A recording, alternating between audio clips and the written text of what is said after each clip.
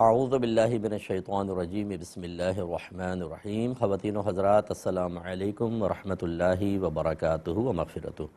Programme احکام شریعت اور فقہ حنفی سے متعلقہ مسائل کے ساتھ حاضر ہیں۔ اب ہم کچھ اور پھر کوئسچنز کی طرف آتے ہیں، باقی آپ کے ذہن میں کوئسچن ہو تو آپ کر سکتے ہیں۔ کسی نے کہا کہ امام کا مصلی صرف فرض پڑھنے کے لیے ہوتا ہے، امام کو باقی نماز پیچھے آ کے پڑھنا چاہیے۔ یہ کہ دیکھیں کوئی فرض یا واجب نہیں ہے، ہاں یہ طریق ضرور تھا کہ نبی کریم صلی اللہ علیہ وسلم فرائض ادا فرماتے، اس کے بعد وہ صحابہ کی طرف خصوصاً فجر میں صحابہ کی طرف رخ کرتے اور پوچھتے کہ آج تم نے کوئی خواب دیکھا ہے، کوئی خواب بیان کرتا، اس کی تعبیر بیان کرتے، ورنہ اپنا خواب بیان کرتے، اور پھر آپ اٹھ کے حجرے میں تشریف لے جاتے تھے۔ اور باقی نمازوں میں فرض پڑھنے کے بعد سرکار حجرے میں جا کے جو بھی عبادت کرنا چاہتے، سنن نوافل وغیرہ وہاں جا کر پڑھتے تھے۔ اس سے بعضوں نے شاید یہ نتیجہ نکالا ہوگا کہ امام کا مصلی صرف فرض کے لیے ہے، لیکن یہ اس دور کے اعتبار سے تھا، اس میں مستحب تھا۔ پہلے لکھا ہے فقہا نے کہ اپنے گھر سے سنتیں پڑھ کر آنا مستحب ہے، پھر آپ یہاں آ کر فرض پڑھیں، لیکن اب چونکہ ماحول بدل گیا ہے اب اگر کوئی گھر سے پڑھ کر آ کر اور یہاں ڈائریکٹ فرض ادا کرتا ہے تو لوگ کہیں گے یار یہ سنت نہیں پڑھتا، جب آتا ہے ڈائریکٹ فرض شروع کر دیتا ہے، تو بدگمانی پیدا ہوگی۔ تو بہتر ہے کہ وہاں پر مسجد کے اندر سنن نوافل ادا کیے جائیں، لہٰذا امام صاحب وہاں پہ کھڑے ہو کر بھی پڑھ سکتے ہیں، اور چاہیں تو تھوڑا آگے پیچھے ہو کر دائیں بائیں ہو کر بھی ادا کی جا سکتی ہیں۔ ایک کالر ہمارے ساتھ ہیں، السلام علیکم۔ وعلیکم السلام۔ جی بھائی جان، جی بولیے۔ جی مفتی صاحب، میں نے آپ سے 4 سوال کرنے تھے۔ جی بولیں بولیں۔ جی میں پوچھنا تھا، جو پریگننٹ عورت ہوتی ہے اس کے لیے رمضان کے روزے رکھنے کا کیا حکم ہے؟ ٹھیک ہے، اور ایک یہ ہے کہ وضو کے بغیر کوئی آیت سن سکتے ہیں قرآن کی؟ ٹھیک ہے، اور ایک یہ کہ کہیں 5 لاکھ انویسٹ کیا ہوا ہم نے ذاتی، تو اس کو اگر ہمارے پاس جب تک کیش ان ہینڈ نہ ہوگا تو زکوٰۃ دینی ہے کہ وہ جب ہمارے پاس ہوگا تب دینی ہے؟ ٹھیک ہے، اور ایک یہ ہے کہ صدقے کا جو ہم بکرا وغیرہ کرتے ہیں اس کا خود یوز کر سکتے ہیں، اس کا گوشت کے وہ غریب غربا کو دینا چاہیے؟ ٹھیک ہے، جی بس یہ شکریہ۔ میں انشاءاللہ عرض کرتا ہوں۔ دیکھیں، حاملہ خاتون روزہ رکھیں گی، ان کے اوپر روزہ رکھنا اسی طرح فرض ہے جیسے غیر حاملہ کے لیے روزہ رکھنا فرض ہوتا ہے۔ ہاں یہ ضرور ہے کہ اگر وہ حاملہ ہماری بہن بہت ہی کمزور ہیں یا بچے کی صحت بہت ہی کمزور ہے، ڈاکٹر وغیرہ وہ ویٹ وغیرہ کرتے ہیں یا کچھ بھی الٹرا ساؤنڈ کے اندر وہ جو رزلٹ نکالتے ہیں، چنانچہ اگر کسی ماہر ڈاکٹر نے یہ کہا ہے کہ آپ روزہ چھوڑ دیں ورنہ آپ کی جان کو یا بچے کی جان کو خطرہ ہوگا، جیسے بعض اوقات آکسیجن کم ہو جاتی ہے تو بچے کی ڈیتھ بھی ہو سکتی ہے، ایسی صورت میں خواہ اپنے آپ سے لڑیں بھی نہیں، اور یہ کہ نہیں بھی ہم تو روزہ رکھیں گے، انشاءاللہ اللہ مدد کرے گا، بالکل اللہ تعالیٰ مدد فرمانے والا ہے، لیکن اس نے تدبیر اختیار کرنے کا بھی حکم دیا، اور نبی کریم صلی اللہ علیہ وسلم نے باقاعدہ اس کو سنت بنایا، ورنہ سرکار یہ بھی کہہ سکتے تھے جنگوں کے اندر اللہ ہماری مدد کرے گا، ہم حق پر ہیں، اور نہ ہتھیار چلاتے نہ جہاد کرتے، فتح ہو سکتی تھی، لیکن میرے آقا صلی اللہ علیہ وسلم نے ہر چیز کی تدبیر باقاعدہ اختیار فرمائی، اور نتیجے کے بارے میں اللہ پہ بھروسہ کر کے رکھا۔ یہی طریقہ ہوتا ہے کہ ہمیں کوشش کرنی ہوتی ہے، اور کوشش کر کے پھر اللہ پر توکل اور بھروسہ کرنا ہے۔ تو لہٰذا اگر کوئی ہماری بہن ایسی ہیں کہ ڈاکٹر نے سختی سے منع کیا ہے تو وہ بالکل روزہ چھوڑ سکتی ہیں، رمضان کے بعد اس کی قضا رکھیں گی، یا پھر ایسا ہو کہ سابقہ زندگی کا تجربہ کہ پچھلے کسی رمضان میں وہ حاملہ تھیں، روزہ رکھا، بہت طبیعت بگڑ گئی تھی یا بچے کی اور کافی مشکل ہو گئی تھی، تو وہ بھی موجودہ رمضان کے روزہ چھوڑنے کے لیے ایک دلیل بن سکتا ہے، یا موجودہ مشاہدہ ہو، نہ ڈاکٹر نے کہا نہ سابقہ تجربہ ہے، لیکن روزہ رکھا تو بہت حالت خراب ہو گئی، اور مطلب یہ کہ بالکل بے ہوش سی ہو گئیں، اور زیادہ نقصان کا کوئی اندیشہ ہوا، تو پھر وہ روزہ توڑ سکتی ہیں، اور یہ پھر اگلے روزے چھوڑنے کے لیے شرعی طور پر عذر بن سکتا ہے۔ لہذا معلوم ہوا اگر ڈاکٹر نے نہیں کہا، کوئی سابقہ تجربہ میں نہیں ہے، بہن نے روزہ رکھا، ماشاءاللہ پورا دن بڑے آرام سے گزر گیا، تو ان کو بالکل روزہ رکھنا فرض رہے گا۔ قرآن پاک کی آیت سننے کے لیے باوضو ہی نہیں، حالت جنابت سے باہر ہونا بھی لازم نہیں ہے، یعنی جنبی شخص قرآن سن سکتا ہے، بے وضو آدمی قرآن سن سکتا ہے، اس میں کوئی مسئلہ نہیں ہے۔ چھونے یا پڑھنے کے اندر پرابلم ہو سکتا ہے کہ باوضو آدمی چھو نہیں سکتا، زبان سے پڑھ سکتا ہے، اور حالت جنابت میں جو شخص ہے وہ نہ چھو سکتا ہے نہ زبان سے پڑھ سکتا ہے، یہ سب ترتیب ذہن میں رکھیں۔ اگر آپ نے کچھ پیسہ انویسٹ کیا ہے تو جس کو آپ نے دیا ہے وہ یقیناً کسی نہ کسی شکل کے اندر ہوگا، اس سے مال خریدا گیا ہوگا، یا وہ ایز اٹ از ابھی اس کے اکاؤنٹ میں پڑا ہوگا، یا پھر وہ مطلب یہ کہ پارٹی سے پیمنٹ لینی ہوگی۔ ہر صورت میں جس بھی شکل میں وہ مال ہے اس پر زکوٰۃ بنے گی۔ آپ کا جتنا مال ہے انویسٹمنٹ آپ کی اس مال پہ بنے گی، اور پارٹنر نے جو ملایا ہوا ہے وہ اس کی اس پر بنے گی۔ مثلا دونوں نے مل کر دکان میں مال ڈالا ہوا ہے تو کل مال کی مالیت نکالیں گے، پھر دیکھیں گے آپ کا مال کتنے پرسنٹ ہے، اس کا کتنا ہے، یعنی انویسٹمنٹ کتنے پرسنٹ ہے۔ مثال کے طور پہ 50% ہے تو بس آدھے مال پر آپ کے اوپر زکوٰۃ بنے گی، آدھی ان کی، یعنی ٹوٹل اس مال پہلے مالیت نکال لیں، پھر اس کی زکوٰۃ نکال لیں، اس کو آدھا آدھا ڈیوائیڈ کر لیں، آدھا یہ دیں گے اور آدھا یہ دیں گے۔ اللہ تعالی ہمیں سمجھنے کی توفیق عطا فرمائے۔ مختصر بریک لیں گے، ہمیں یقین ہے آپ ہمارے ساتھ ہی رہیں گے۔ بسم اللہ الرحمن الرحیم۔ بھائی نے یہ آخری کویسچن کیا تھا کہ اگر ہم کوئی بکرا صدقہ کرتے ہیں تو کیا اس میں سے ہم خود کھا سکتے ہیں؟ دیکھیں، جب صدقہ کیا جائے نا تو اس کا مطلب ہوتا ہے آپ اللہ تبارک و تعالیٰ کے راہ میں دے رہے ہیں، تو لہٰذا اس میں سے خود نہیں کھانا چاہیے، وہ پھر غریبوں کے اندر تقسیم کر دینا چاہیے۔ ہاں، ایک ہوتا ہے کہ آپ نے ویسے ہی گفٹ کیا کسی کو کوئی جانور اور اس نے پکا لیا، تو تحفے کے اندر بھی صدقے کا پہلو ہوتا ہے کہ صدقے کا مطلب ہوتا ہے ثواب کی نیت سے اللہ تعالیٰ کی بارگاہ میں کچھ خرچ کرنا، تو اس تحفے میں سے آپ لے سکتے ہیں۔ لیکن جو ایک ہم خالصتاً اللہ کے لیے کہتے ہیں کہ اللہ تعالیٰ تیرے لیے میں صدقہ کر رہا ہوں، غریبوں میں تقسیم کر رہا ہوں، تو اس سے اپنا حصہ بالکل نکال لینا چاہیے اور تمام تر تقسیم ہی کرنا چاہیے۔ ایک بھائی نے پوچھا تھا کہ کسی نے کہا کہ ہمارے یہاں پر علاقوں میں غیر مسلمین کی طرح نام رکھنے کا رواج ہے۔ یہ پڑوسی ملک سے آیا تھا کویسچن، اور وہ کہتے ہیں کہ جی 100 سال پہلے بھی ایسے ہی رائج تھا کہ اسی طرح کے مکس سے نام ہوتے تھے، یہ تو بعد میں نام علیحدہ ہونا شروع ہوئے۔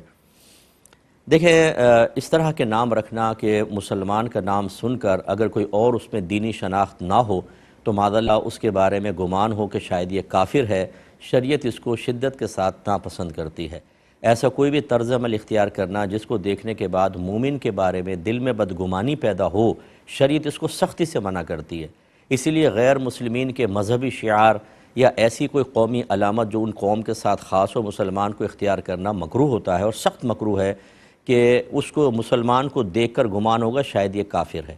تو اسی طریقے سے پھر نام کا مسئلہ ہے کہ اگر نام اس طرح کے رکھے جائیں کہ اگر ظاہری کوئی شناخت نہیں ہو، جیسے آج کل ہمارے مسلمان بے عمل ہیں اور مطلب لباس بھی بعض اوقات ایسے ہی پہنا ہوتا ہے اور نہ نماز پڑھتے ہیں نہ کچھ، اب کسی جگہ جا کے اگر اپنا تعارف کروائے گا اور لوگ اس کو نہیں جانتے کہ یہ مسلم ہے جب تک پوچھے نہیں، تو وہ یہ گمان کر سکتے ہیں کہ یہ کافر ہے، اور اس طرح ہرگز نہیں کرنا چاہیے۔ اسی لیے میرے آقا صلی اللہ علیہ وسلم کے فرمان عالی شان موجود ہیں۔ سرکار نے فرمایا کہ انبیاء علیہم السلام کے نام پر نام رکھو، ایک روایت میں فرمایا کہ اچھوں کے نام پہ نام رکھو، ایک جگہ فرمایا کہ عبداللہ اور عبد الرحمن بہت اچھے ناموں میں سے ہیں۔ تو اچھے نام رکھنے کا مطلب اسلامی نام ہے، ہمارے ہر طرز عمل سے، ہمارے ہر جو ظاہری علامت جس سے ہم پہچانے جاتے ہیں وہ اسلام کی شناخت اور پہچان کا ذریعہ بھی ہونی چاہیے۔ اس لیے ہمارا ظاہری گیٹ اپ بھی ایسا ہونا چاہیے کہ جو ہمیں دور سے بھی دیکھ لے تو کہے مسلمان آ رہا ہے، ہم اپنا تعارف کروائیں تو مسلمانوں والا ہی ہونا چاہیے، لفظ بھی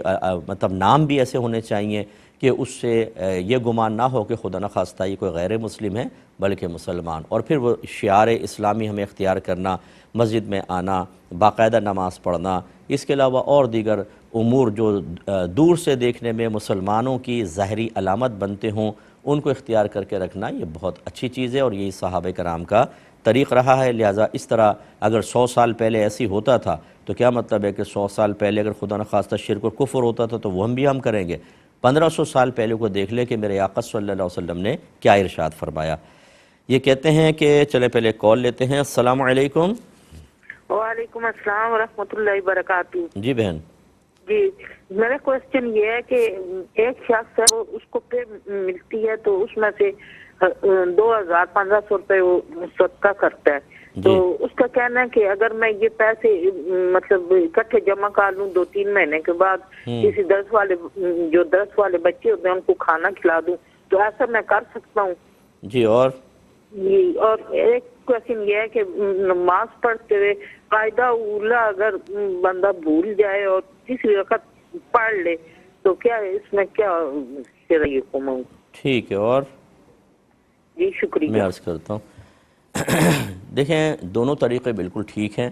اگر وہ شخص منتھلی تھوڑا تھوڑا دیتا ہے تب بھی ٹھیک ہے، اور اگر وہ چاہتا ہے کہ میں اس کو جمع کر کے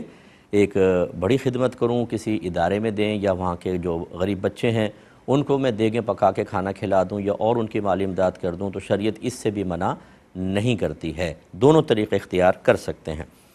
ایک یہ کہ اگر نماز میں قاعدہ اولیٰ نکل جائے، اگر یہ فرض ہے اور قاعدہ اولیٰ نکل گیا تو بس پھر آپ آگے کنٹینیو رکھیں اور آپ کو آخر میں سجدہ سہو کرنا ہوگا. اور اگر یہ سنن یا نوافل ہیں تو اس کا ہر قاعدہ اخیرہ ہی ہوتا ہے. سمجھ لیجئے اگر آپ 4 پڑھ رہی ہیں اور 2 کے بعد آپ تیسری تک پہنچ گئیں تو بہتر ہے کہ واپس آ جائیں اور اس کو تحیات پڑھیں اور آخر میں سجدہ سہو کریں. اور اگر آپ نے کنٹینیو رکھا تو پھر آخر میں آپ سجدہ سہو کر لیں، لیکن یہ 4 کاؤنٹ نہیں ہوں گی، 2 کاؤنٹ ہوں گی. ٹھیک ہے، تو یہ ذرا ذہن میں رکھیے مسائل.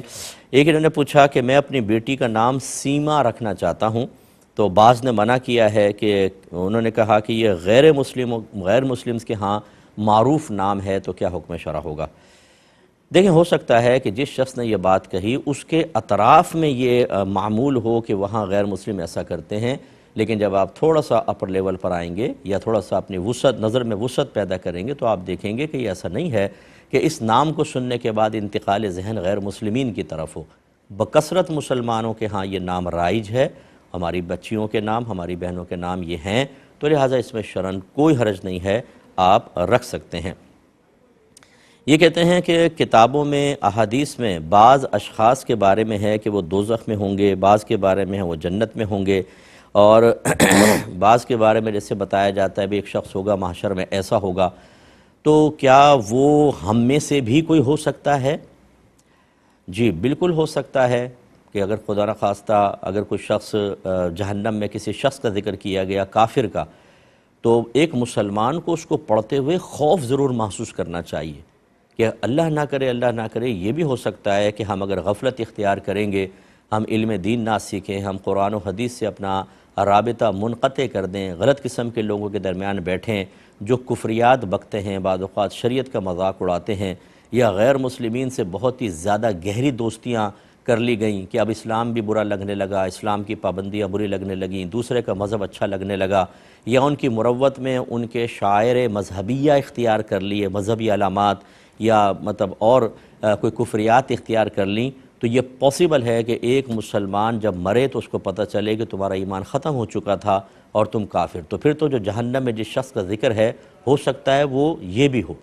اسی طرح اگر جنت کے اندر ذکر کیا گیا تو حسن ظن قائم کرنے میں کوئی حرج نہیں ہے. تو خلاصہ کلام یہ ہے کہ جن لوگوں کے ذکر کیے گئے اور ان کے نام کی نشاندہی نہیں ہے، وہ ضروری نہیں ہے کہ سرکار صلی اللہ علیہ وسلم کے زمانے اقدس سے پہلے والے ہوں، یا سرکار کے زمانے کے موجودہ لوگ ہوں، یا بعد والے. کوئی ایک چیز لازم نہیں ہے، یہ ہو سکتا ہے وہ آپ کا میرا ذکر ہو، ٹھیک ہے نا، یہ بھی پاسبل ہے. تو بالکل اچھی چیز ہو تو حسن ظن قائم کر کے اللہ کا شکر ادا کر کے ایمان کے استقامت کی دعا کرنی چاہیے. اگر کوئی حدیث میں کسی کے بارے میں برا انجام بیان ہو رہا ہے تو خوف زدہ ہو جانا چاہیے. جیسے معراج میں سرکار نے بیان فرمایا ایک شخص لیٹا ہوا تھا، ایک پتھر اس کے سر پہ مارتا تھا، اس کے سر کچل جاتا، پتھر دور جاتا، یہ شخص جا کے پتھر لاتا، اتنے میں اس کا سر پھر ٹھیک ہو جاتا، اور یہ عمل بار بار ہوتا رہا. جب میں نے پوچھا کہ ایسا کیوں ہو رہا ہے تو بتایا گیا یہ وہ شخص ہے جس نے قرآن پڑھ کر بھلا دیا تھا اور فرض نمازوں کے وقت سو جایا کرتا تھا. تو یہ ہو سکتا ہے کہ یہ جو بھی بے نمازی ہمیں سن رہا ہے یہ اسی کا ذکر ہو، یہ پاسبل ہے. یہ تو سرکار کو تو دکھایا گیا، یہ تو نہیں بتایا گیا کہ پچھلے زمانے کا آدمی ہے، بلکہ بعض جگہ تو یہ لفظ بھی ہے کہ آپ کی امت کا وہ شخص ہے، ایسے الفاظ بھی آئے ہیں. تو اس لیے ڈرنا چاہیے، اور بالکل یہ پاسبل ہو بھی سکتا ہے کہ جس کے جو پڑھ رہا ہے اسی کا ذکر ہو رہا ہو، لیکن چونکہ ہمیں پتہ نہیں ہوتا، اس لیے بہرحال بری چیز اگر ہے، عمل کا ذکر کیا گیا تو اپنا احتساب کر کے اس سے دور رہنے کی کوشش کریں. اچھی بات بیان ہوئی تو اپنے عمل میں زیادتی کر کے، اگر وہ عمل ہمارے پاس نہیں ہے تو اس کو اختیار کر کے اس انعام کا مستحق بننے کی کوشش کرنی چاہیے. ایک کالر مزید ہمارے ساتھ ہیں، پہلے کال لیں گے. السلام علیکم. وعلیکم السلام. جی بہن. جی مفتی صاحب میرے 2 سوالات ہیں. جی. ایک سوال میرا یہ ہے کہ کیا عورت جو ہے وہ ستیلے بیٹے کے ساتھ عمرے پہ جا سکتی ہے؟ کیا وہ اس کا محرم ہو سکتا ہے؟ ٹھیک ہے. اور دوسرا سوال میرا یہ ہے کہ یوٹیوب پہ جو ہم ولاگ بناتے ہیں، کیا ولاگ بنانا جائز ہے؟ کس چیز کے بارے میں بنانا ہے؟ کوئی بھی، یعنی کہ اپنی رہائش دکھانے کے لیے یا کچھ محلے میں کچھ چیزیں دکھانے کے لیے اگر ہم بناتے ہیں تو کیا وہ بنانا جائز؟ ٹھیک ہے میں عرض کرتا ہوں دیکھیں بالکل جو ستیلی ماں ہوتی ہے یعنی ہمارے والد کی جو منکوحاں ہیں وہ ہمارے لیے محرم ہوتی ہیں اور ان سے حرمت ابدیہ ثابت ہوتی ہے کہ اگر والد صاحب کا انتقال ہو جائے تب بھی اس خاتون سے نکاح نہیں ہو سکتا. تو چونکہ حرمت کا رشتہ قائم ہو جاتا ہے اس لیے والدہ اپنے ستیلے بیٹے کے ساتھ حج یا عمرے پر جا سکتی ہیں. پھر یہ ولاگ جو ہیں وہ چونکہ مختلف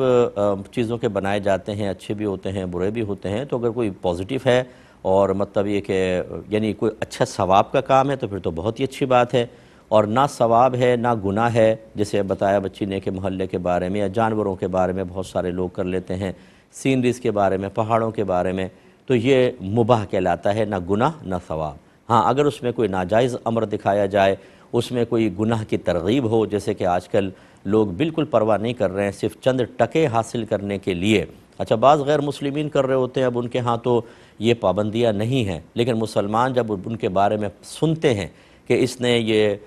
مطلب ٹک ٹاک کے ذریعے اتنا پیسہ کما لیا، اس نے اس کے ولاگ بنا کے ایک لینڈ کروزر خرید لی، تو پھر ہمارے مسلمان سوچے سمجھے بغیر کہ یہ چند ٹکے اگر آپ کو حاصل ہو بھی گئے کتنے عرصے آپ کو نفع دیں گے. جتنا یہ اس طرح کی مشتبہ اور ناجائز چیزوں کے ساتھ آپ مال کماتے ہیں وہ اپنے ساتھ آفات بلیات اللہ تبارک و تعالیٰ کی رحمت سے دوری بھی لے کر آئے گا. یہ دیکھ لیجئے گا آپ، بیماریاں، پریشانیاں، ڈپریشن اور دوسری اور آخرت کی بربادی. تو اب آپ دیکھ لیں کہ ہمارے مسلمان بعض اوقات تو ایک والد ہے وہ اپنی بیٹی کے ساتھ ناچ رہا ہے، بیوی اور شوہر ناچ رہے ہیں، مائیں ناچ رہی ہیں، بوڑھے شخص ناچ کر چاہتے ہیں کہ کچھ ارننگ ہو جائیں، اور اسی طرح بچیوں کو اس کام پر لگا دیا گیا کہ اپنے جسم کی نمائش کے ذریعے آپ جتنا کما سکتی ہیں کمائیں. تو یہ خرابیاں معاشرے کے اندر رائج ہو گئی اور دنیا کی محبت اتنی غالب ہوئی کہ اب نہ ہم اللہ کی پرواہ کریں، نہ رسول کی، نہ ہمیں بری موت یاد ہو، نہ عذابات قبر، نہ میدان محشر کی ذلت و رسوائی، نہ جہنم کا عذاب. اور یہ اس کی ایک آفت، آخری بس میں بات کرتا ہوں، اتنی بڑی آفت ہے کہ جب کوئی اس راہ پہ چل پڑتا ہے اور اس کو دنیا کی آسائشیں حاصل ہوتی ہیں، عارضی شہرت حاصل ہو جاتی ہے، اس کے لائف سٹائل چینج ہو جاتا ہے، پھر اس کو یہ تمام باتیں اتنی بری لگتی ہیں کہ معاذ اللہ ثم معاذ اللہ بعض لوگ شریعت کو گالیاں دینا شروع کر دیتے ہیں، دینداروں کو گالیاں دیتے ہیں، کیونکہ محبت ایسی جکڑ دیتی ہے، ایسا ان کے لیے دنیا کی چیزیں شیطان مزین کر کے دکھا لیتا ہے. وہ کہتے ہیں آخرت پھر دیکھ لیں گے، برباد ہوتی ہو، دنیا آباد رہے. اور پھر جھٹکا کھا کے جب وہ مرتے ہیں تو کوئی ان کی قبر پہ آنے والا نہیں ہوتا، ان کے لیے ہاتھ اٹھا کر دعا کرنے والا نہیں ہوتا. جتنی بھی آپ کی فالوونگ ہو، جتنے بھی آپ کی ویورشپ ہو، آپ مر کر دیکھیں ایک آدمی بھی ہاتھ اٹھا کر دعا نہیں کرے گا، بلکہ 4 گالیاں بکیں گے کہ وہ مر گیا اچھا ہوا. ایسے ہی ہو رہا ہے. تو اس لیے خدا را آخرت کو پیش نظر رکھیں. پازیٹیو چیز بنا کر اگر آپ ارننگ پازیٹیو قسم کی کرتے ہیں تو اس کی گنجائش نکل سکتی ہے، لیکن خراب چیز کبھی بھی نہ کریں، اس طرح آپ کے لیے گناہ جاریہ بھی ہو سکتا ہے. ایک مختصر سا بریک لیں گے، ہمیں یقین ہے آپ ہمارے ساتھ ہی رہیں گے. بسم اللہ الرحمن الرحیم. یہ ایک بھائی نے میسج کیا تھا کہ کسی نے یوں کہا کہ وہ تراویح نہیں پڑھتے، تو ان سے پوچھا کیوں نہیں پڑھتے؟ کہنے لگے ہم اس لیے تراویح نہیں پڑھتے کہ اللہ نے قرآن میں کہیں نہیں فرمایا، نہ حضور صلی اللہ علیہ وسلم نے تراویح پڑھی ہے. اور پھر انہوں نے ایک اور ناپاک جملہ کہا کہ زیادہ عبادت کرنے کے چکر میں کہیں شیطان نہ بن جانا، جیسے شیطان نے زیادہ عبادت کی تو لعنت کرنے والوں میں سے ہو گیا. معاذ اللہ، کیا حکم شرع ہوگا؟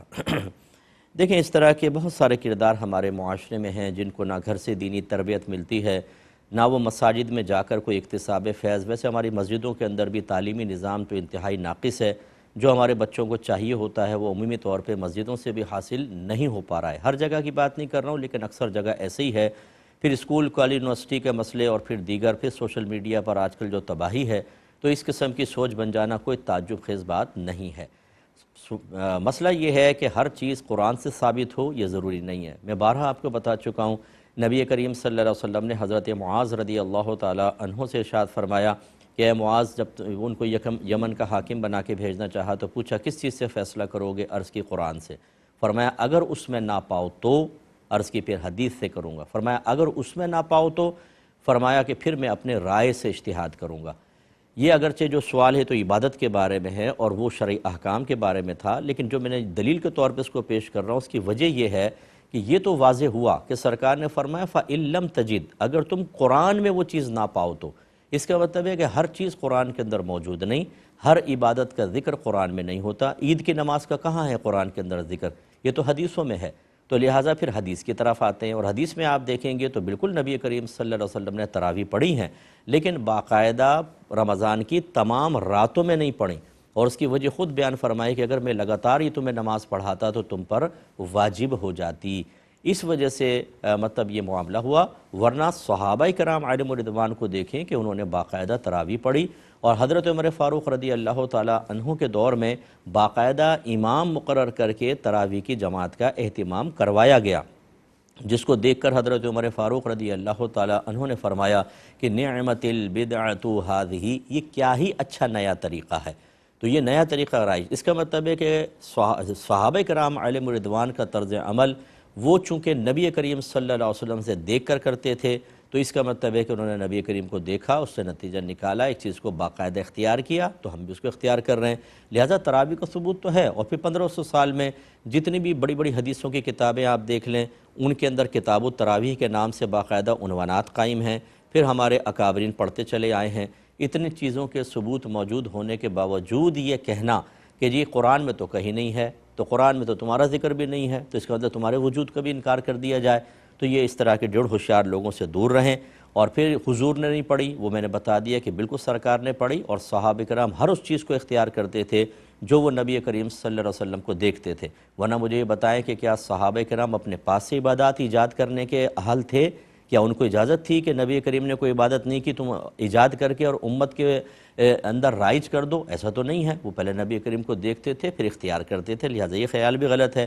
پھر جو آخری ایک ناپاک جملہ ہے کہ زیادہ عبادت کے چکر میں نہ رہو ورنہ کہیں شیطان نہ بن جانا، کیونکہ شیطان زیادہ عبادت کی وجہ سے لعنت کا مستحق ہوا، بالکل نہیں، غلط خیال ہے۔ شیطان تو زیادہ عبادت اور علم کی وجہ سے بہت بڑا مقام و مرتبہ حاصل کر چکا تھا، اسے کیوں زمین سے آسمان کے اوپر لے کر گئے؟ ورنہ جنات کا تو قتل عام کا حکم دیا تھا، ان کی سرکشی بڑھ گئی تھی، لیکن چونکہ یہ موحد تھا، یہ عبادت گزار تھا، اس وجہ سے اللہ تعالیٰ نے اس کو مقام و مرتبہ دیا۔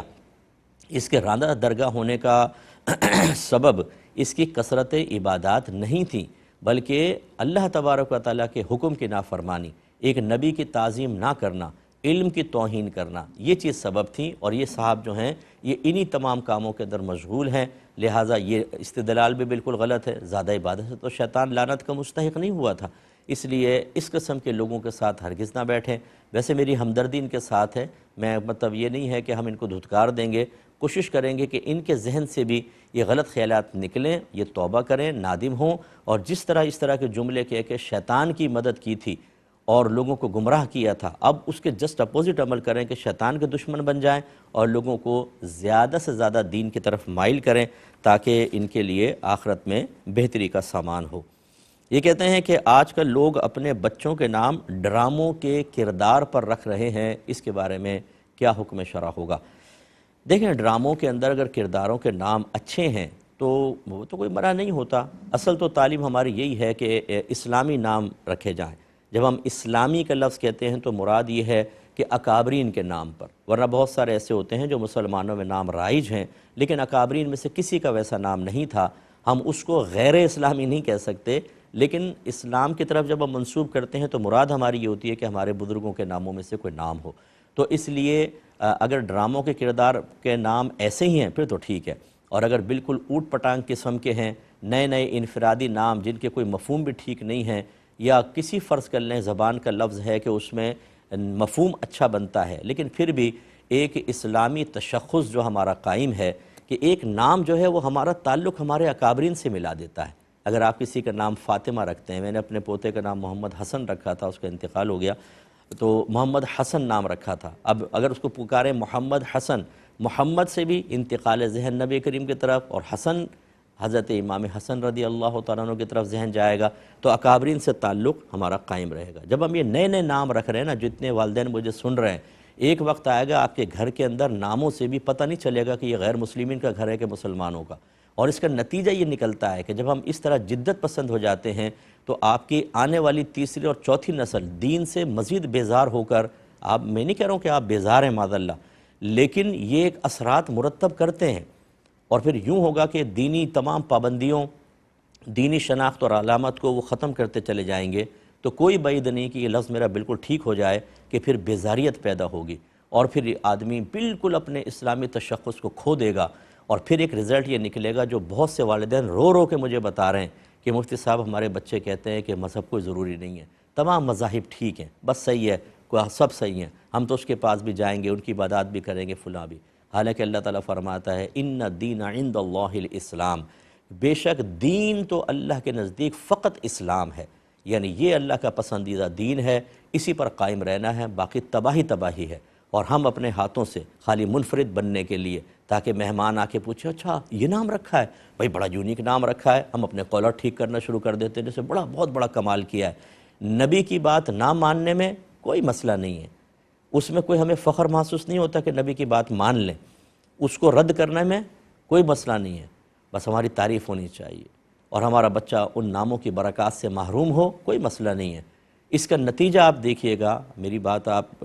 مطلب برا محسوس نہیں کیجیے گا، لیکن اور نہ میں کیا چاہتا ہوں کہ خدا نہ خواستہ کوئی منفی اثرات مرتب ضرور ہوں، یہ بھی میری تمنا نہیں ہے، لیکن میں اس معاشرے کا انسان ہوں، اور میں یہ دیکھ رہا ہوں کہ یہ جو نام ہم بدل دیتے ہیں، تشخص ختم کر دیتے ہیں، اس کے کیا منفی اثرات شخصیات پر، نفسیات پر، اور اس کے علاوہ ہمارے طرز عمل پر قائم ہو رہے ہیں۔ کیا اس سے ہمارے بچے، ہم تھوڑا سا بیزار نہیں ہوتے لیکن ہٹتے ہیں، وہ بیزار ہو کر ہٹیں گے، اور چوتھی نسل ان کی کیا بنے گی یہ آپ خود سوچ لیں۔ ایسا نہ ہو کہ میدان معاشر میں آپ کی آنے والی نسلیں آپ کی نگاہوں کے سامنے قابل گرفت ہو رہی ہوں، تو پھر یہ جدت پسندی ہمارے لیے کوئی نافع نہیں ہوگی، اور وہاں پچھتانے کا بھی کوئی فائدہ نہیں ہوگا۔ پھر